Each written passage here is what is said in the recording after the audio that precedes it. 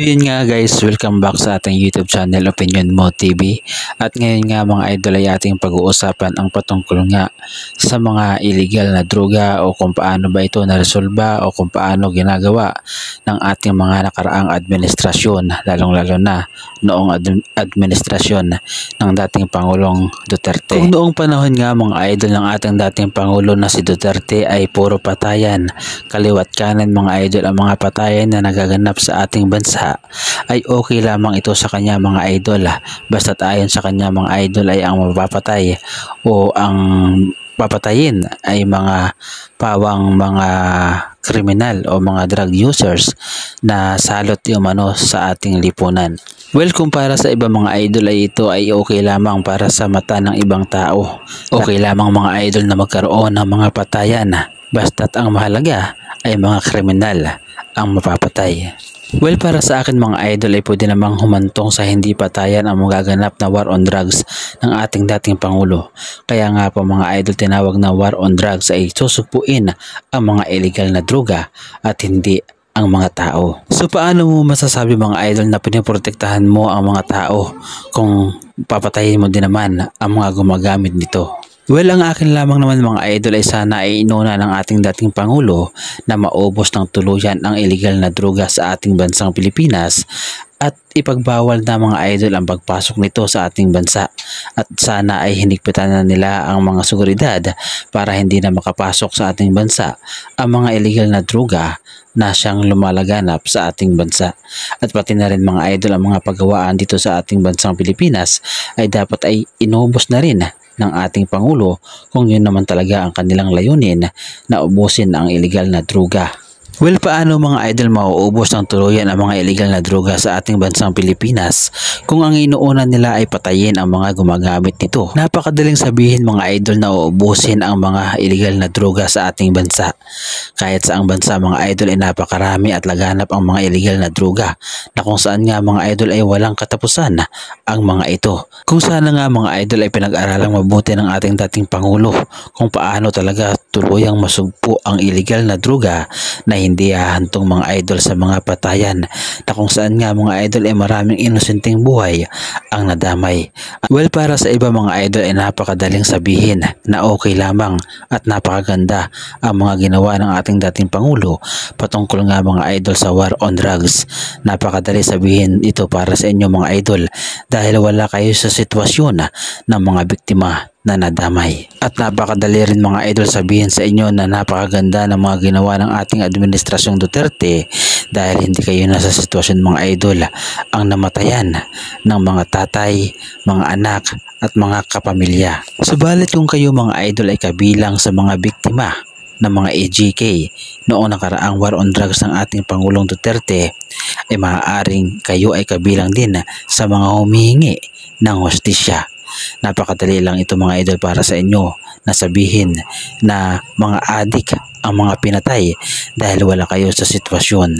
Subalit kung ito ay mga idol ay inyong nararanasan sa inyong buhay mismo, ay marahil isa kayo sa mga nagsasalita na humihingi ng hustisya at katarungan. Ang war on drugs mga idol ang isa sa pinakamadugong programa ng ating dating Pangulong Duterte. Isa ito mga idol sa mga hindi makakalimutang pangyayari sa ating bansang Pilipinas. Isa ito mga idol sa mga historical na kailanman ay nakatatak na sa isipan, lalo na sa mga biktima at mga naulila ng ganitong klaseng pangyayari. Hindi ko binibida mga idol ang ating Pangulo ngayon na si PBBM dahil alam naman natin mga idol na bilang isang Pangulo ay napakarami ang kanyang mga pinagdadaanan ngayon at napakarami mga idol ang mga iniwang bakas ng ating dating Pangulo sa ating kasalukuyang Pangulo. Narito nga mga idol at napakalaki ng utang natin sa mga ibang bansa na kung saan nga mga idol ay binabayaran ngayon ng ating kasalukuyang presidente.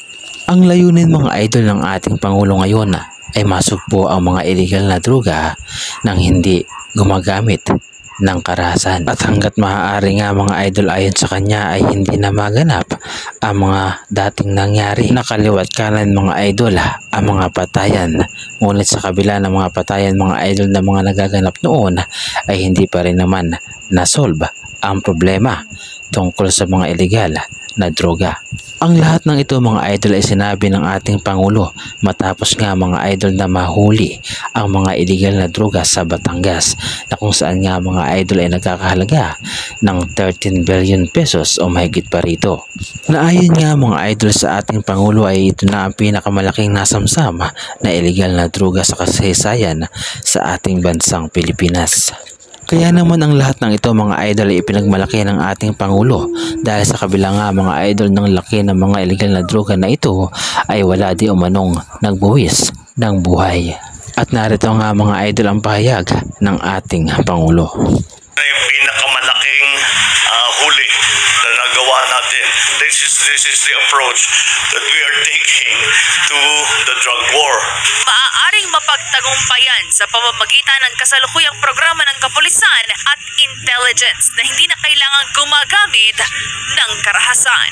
This is the biggest shipment of shabu na nahuli natin. But not one person died. Walang namatay, walang nagputukan, walang nasaktan. Basta't inoperate natin ng dahan-dahan, yun naman dapat ang approach. Para sa akin, yun dapat ang approach sa drug war. Na ang pinaka-importante is matigil natin ang pag-ship ng mga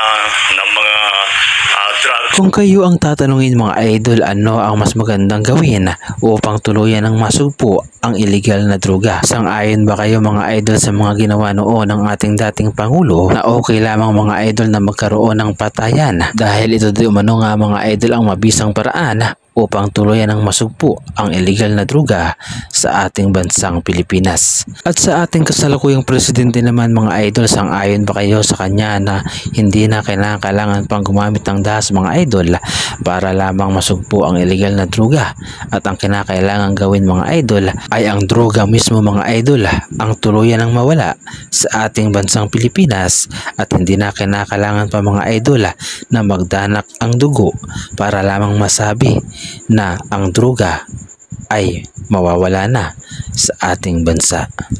Kung kayo ang tatanungin mga idol, alin sa dalawa o sino sa dalawa ang iyong papanigan? Sino sa kanilang dalawa mga idol ang iyong kakampihan para ipagpatuloy ang war on drugs ng mayroong patayan o walang patayan? Malaya ka mga idol na ibahagi ang iyong reaksyon at opinyon dito lamang sa ating comment section.